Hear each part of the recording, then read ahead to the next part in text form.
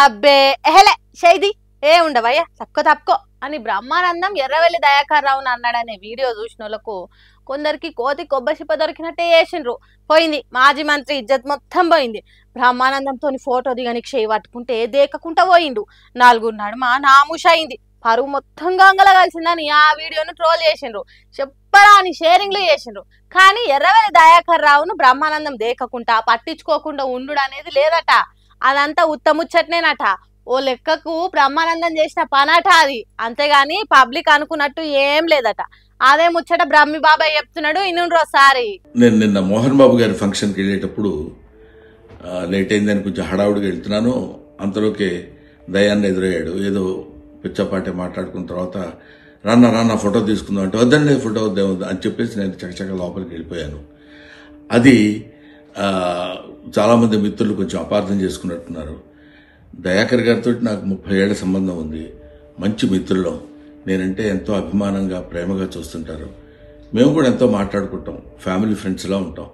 అటువంటిది సరదాగా ఆయనతో నాకున్న చనువుతోటి నేను ఉండండి అని చెప్పేసి చేయిలా తోసి వెళ్ళిపోతే దాన్ని నేను ఆయన ఏదో కావాలని తోసినట్టు ఏదో ఒక రకమైనటువంటి మిస్అండర్స్టాండ్ తోటి మిత్రులు, మీడియా మిత్రులు అలాగే దాన్ని అపార్థం చేసుకున్నారు.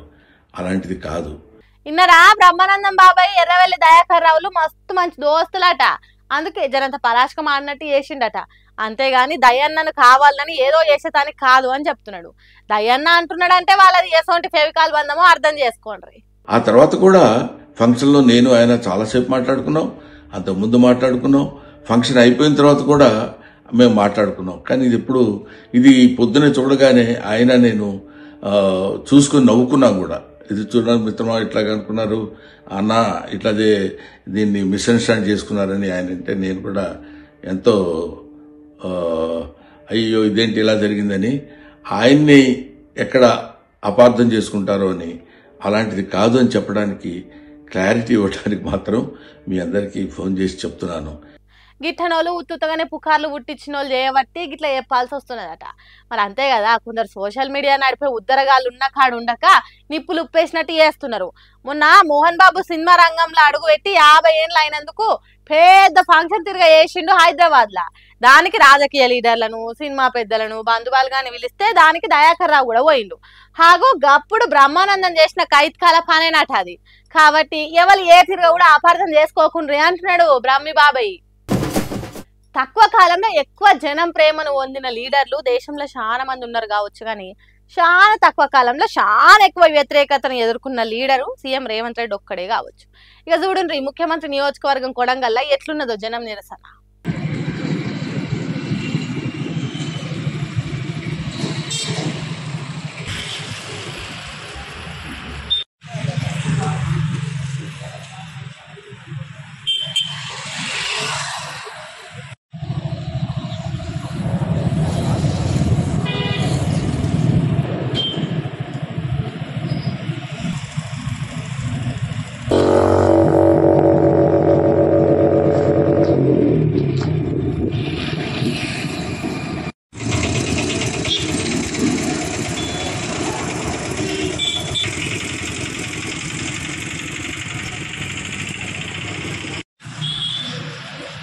పబ్లిక్ ఎంత కోపంతోని ఎంత ఆక్రోషంతో ఉంటే గిట్ల దుక్నాలు బుడ్డ షాపులు డబ్బాలు బంద్ చేస్తారు చెప్పుండ్రి.